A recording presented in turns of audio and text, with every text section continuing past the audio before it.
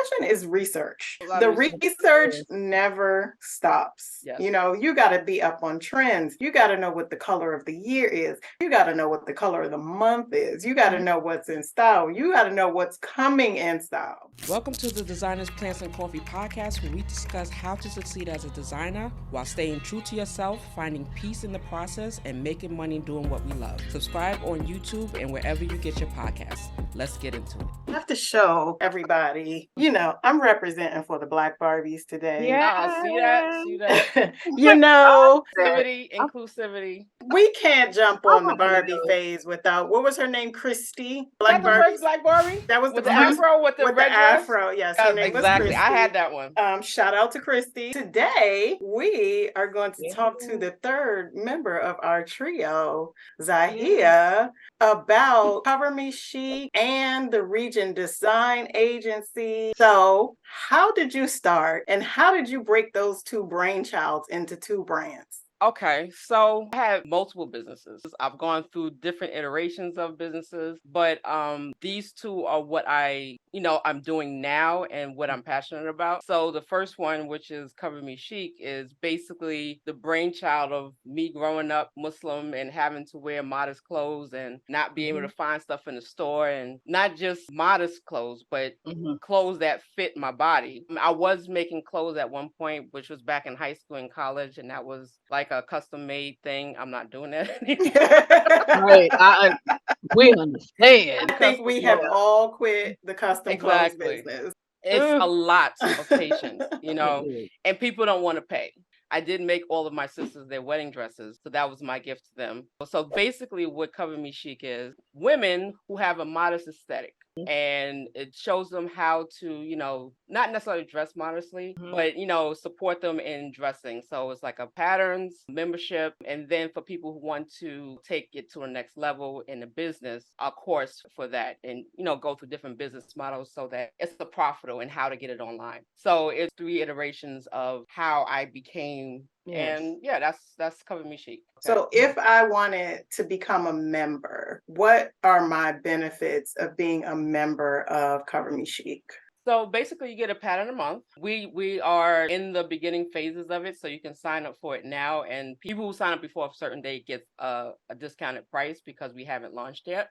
So basically you're going to get a pattern a month. Yes. There's a Q&A a month. So basically if you have any questions about, putting the pattern together, any sewing questions, any design questions, any type of anything regarding the industry, that's where you would ask those questions. There's like textile design, but I developed textile design. I have a whole history of that. There's how to design a garment that fits your body, how to sew. And then there's a community of people who love doing the same thing. We have like different perks and all of that stuff in it, but that's the core of what the membership is about. Okay? So I know the basic, but I really want to start sewing my own clothes. What is the degree of difficulty in, say, the majority of the patterns I'll get? Do they range from like beginner to advanced? Are they all beginner to intermediate? I would say there's different levels of patterns. I mean, I would say the beginner sewer can do everything. It's just the embellishments on them that more advanced sewers would do it. And that's based on my experience in the industry. I spend most of my time taking like high-end items and making them simple so that the people that I work for can afford to sell it. Okay. So basically keeping the same design aesthetic and, minimizing it so that it still looks good, but it's not as complicated as like if you want to put a welt pocket instead of a patch pocket, something like that. So, I mean, and that you'll know the difference. Like if you take the course or you're in the membership, it explains the difference between pockets and way it's sewn and all of that other stuff. But it's basically the basic pattern would be for beginners. Embellishment and the options to the pattern are for the more advanced people who want to like add a bellows pocket or a flap or a zipper or something like that. So it's levels for everything. Because I mean, my thing is like, I'm not a beginner. Right. I understand that, some things are more complicated to accomplish and you still want the same look. So you will still have the same look without all of the details that an advanced sewer would add. I love that because they can customize it and kind of create for their own style. And that's what the design comes in, because my background is a designer at heart. Everything that I've learned around it is basically to create your own look. Like I can't stand looking like everybody else. Right. I think all of us agree with that. That's why we get along so well. We all had our own unique style when we first met, Exactly. and we were just kind of drawn to each other. Exactly. Yes. I mean, granted, you guys take a little bit more risk than I do. And it's funny because it's like I always stand out, I wrap my head or whatever. But if we all three were in the room, they will draw to you guys first because it's like, oh, okay. It's the color, it's the feathers, It's the gold boot, it's the pink fur coat. It's who we are, I might have on a leopard print boot and a polka dot dress. You just never know. I mean, even right now, I'm sitting here and I have on a sequin pleated skirt. So this skirt is one of the items I worked on with Brand Love Lab, but it's sold at Macy's. Okay. So it's a Macy's line on 34th, Missy, and plus sizes. And that's what she does. It's what we do. And the thing is, you couldn't catch me dead in sequin. Oh my. The horror. No pink. I think I'm we a fan. Give you like a wide leg pant in sequins? No. Yes. And then it'll match the gold boots.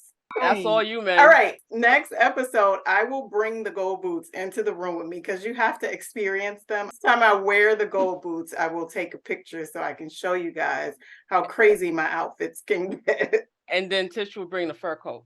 Yes, we will discuss our eclectic styles in one of these episodes. It's coming. And there are times, I will say, even though I am very colorful, I do like a lot of the designs, the modest designs, because they're very trendy and they're fun. Yeah. They're fun. And then once you get the hang of sewing, you can take your modest design and you can make it into what you want. If you want to cinch the waist, you can cinch the waist, but you create that base for those of us who might want to hide a little bit of extra weight or you just want to be modest. But you know what? Modest is relative because there's people that say that I'm not modest because sometimes I wear short sleeves and, a lower neckline or whatever. So there's always levels to it. So you can basically take the basic design and change it to way, that you want it. You can make it longer. You can make it shorter. You can put buttons on it. It depends on what you decide your modesty is, but it's the baseline so that you can create whatever you need to create.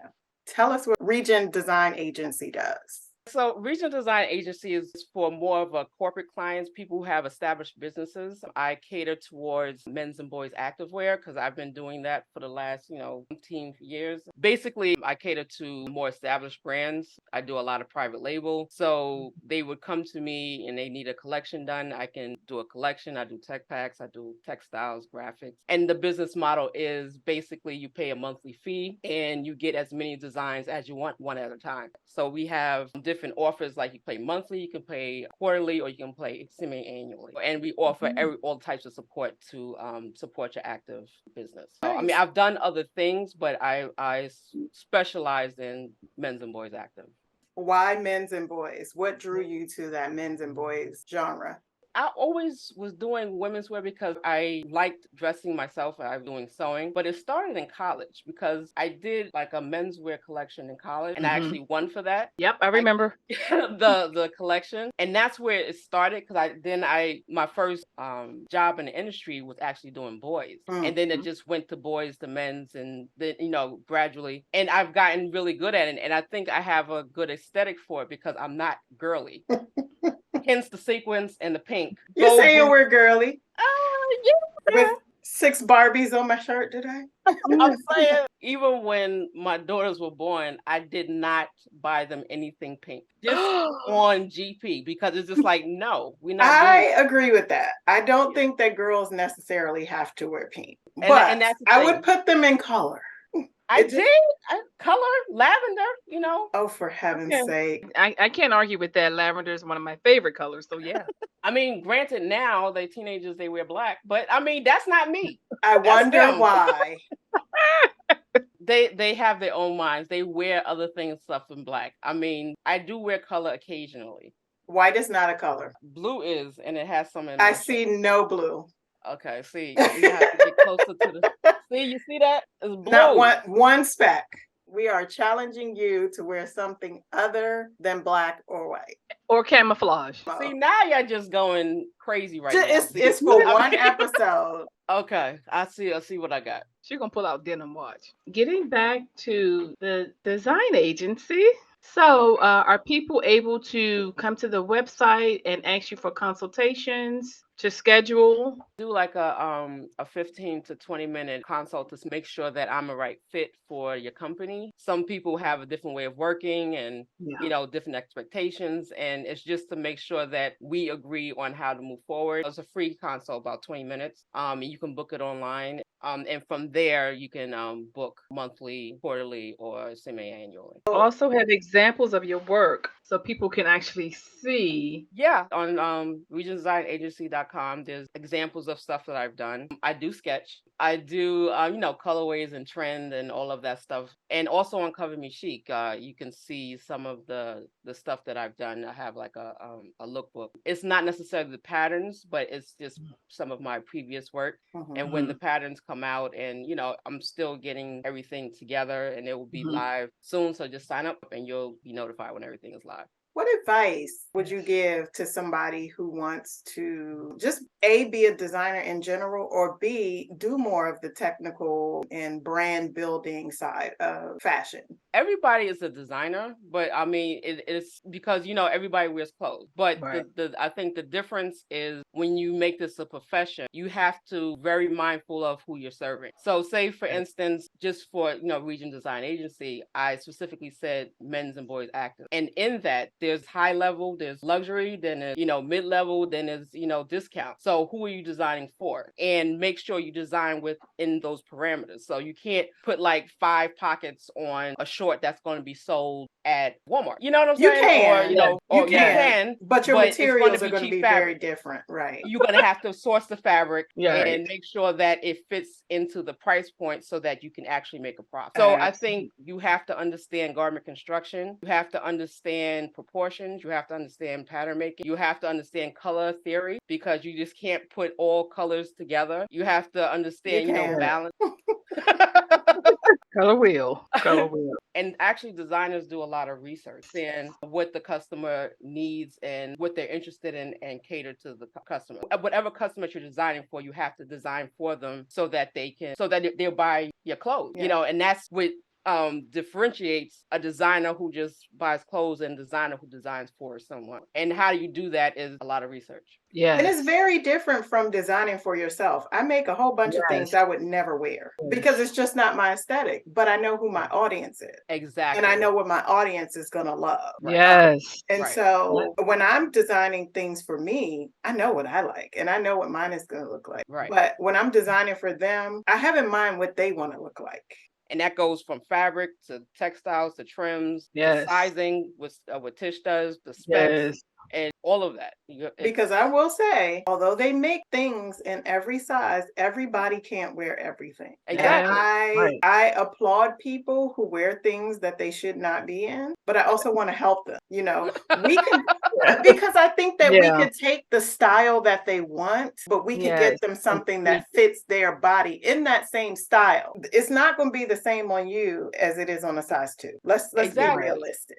And you have to take that into consideration, because people buy stuff and it's so ill-fitting that it doesn't complement your body. Then they want one of us to fix it. Yeah, alteration. Aside from custom clothing, alterations I think is worse. I would never in my life do alterations. It's $1 million industry, but it is. It's so specialized. I've done it. It's a lot. There's different things you can do in the fashion industry.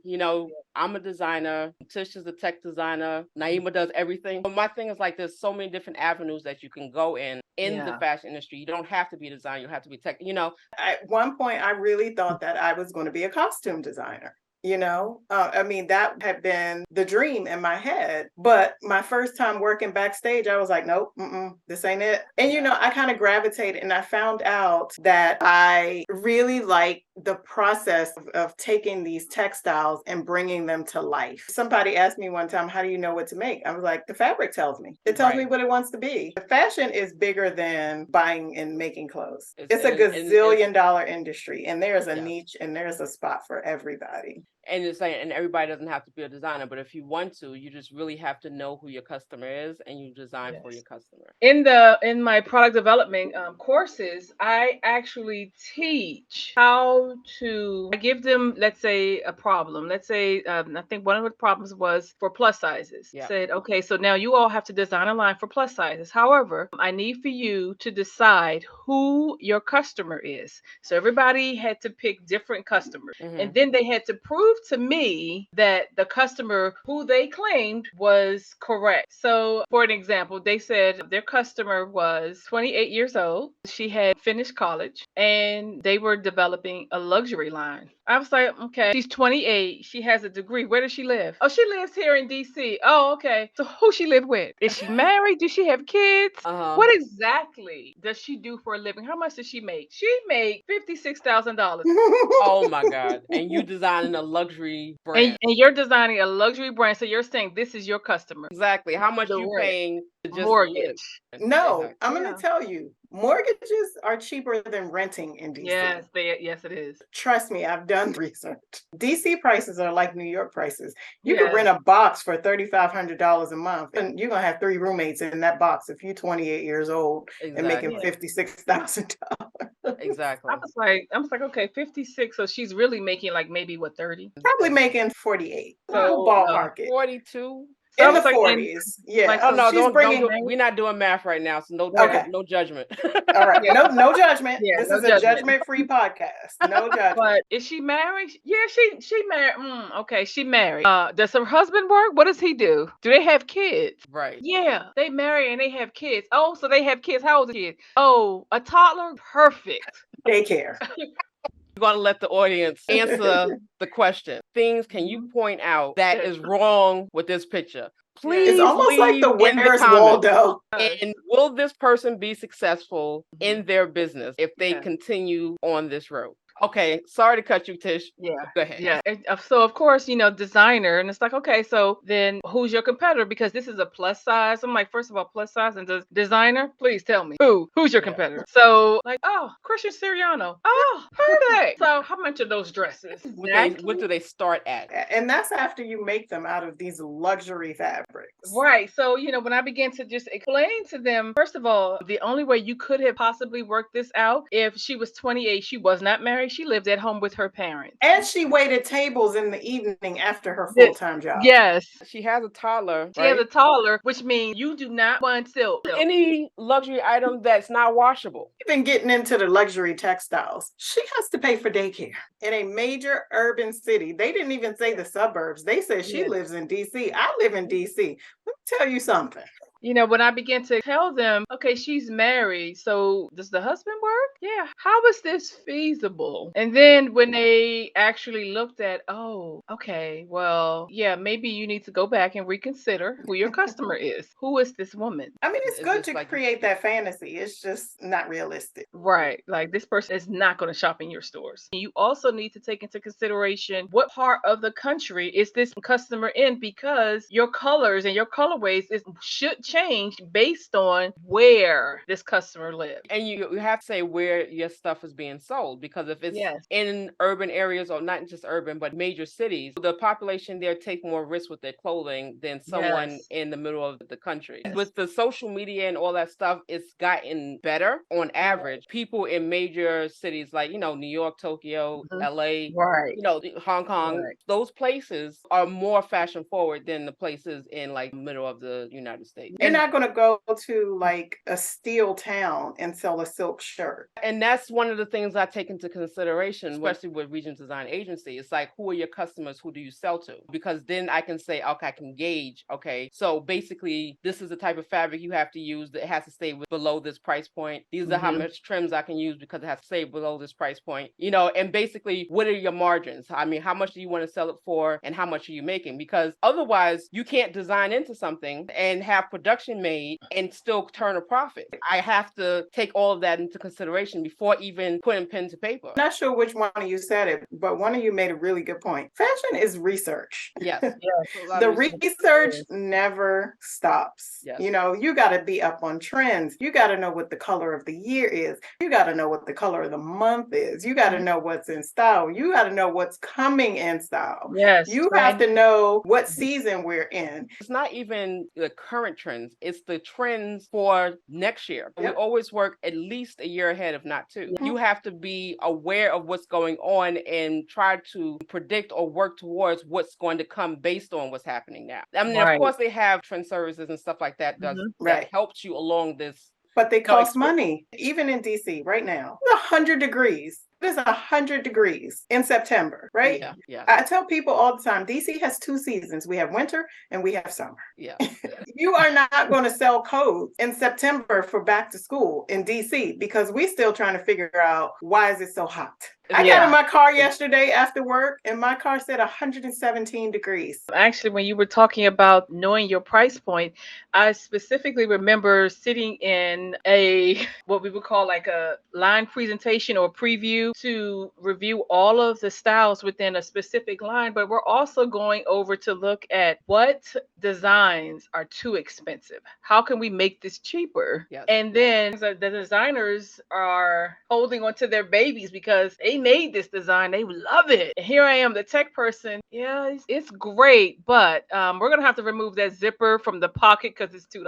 We just made a jumpsuit at my job. We wanted to do a nice exposed zipper and it's going to be fabulous and it's going to be a wide zipper and it's something they've never done before until we saw the wholesale price. That was $2 a zipper, right? So we're like, if we go down one size in these zipper teeth, it takes the price from $2.03 to 87 cents. We're going down the size. Exactly. You know, but those are things that you have to be aware of. And it also goes back to, I love what I make for me. I would never sell some of the coats that I make for me because if I put a vinyl sleeve on my jacket, that's $29 a yard just for the sleeves. Yeah, right? just for the sleeve. Right? Just for the sleeves. I'm putting a metal zipper in there. That's $7 wholesale. Jacket zippers are $7 wholesale. Some people sell that to somebody the same way I would sell maybe a wrap skirt. Exactly. And I mean, just what I was saying earlier, when I do the consults for Region Design Agency, those are the questions that I ask because it's just like, okay, do I know this market? Can I support you in this market and can we succeed doing this? You know, because it's based on who you sell to, what's the budget and what's the margins and all of that stuff. And then I can design into that with the trims and specs and all of that other stuff. So it's a lot of information gathering before you start to put the design together. And to Tisha's point, it's been times where I had to take off zippers, but it has to go into a price point. It looks good, but if it can't sell, it doesn't mean anything. I've even had to go so far as to shortening a garment just to save on fabric. And that's where specs come in, because if you notice nowadays, a lot of the clothing doesn't fit the same as it did like 5 years ago because all the specs are smaller. They're cutting back on fabric usage. So to save a quick buck, they made the spec 1 inch smaller so they can grade everything, and still hit the margin. And it can still fit on that 45-inch wide fabric, you know. Exactly. That is all for now. We will see you all again later. Once again, this is Designer Plants and Coffees. I'm Letitia Winston of Keeping in Stitches with Zahia of Cover Me Chic and Region Design Agency and Naima Dozier of Fearless Thread. See you later. Bye. Bye.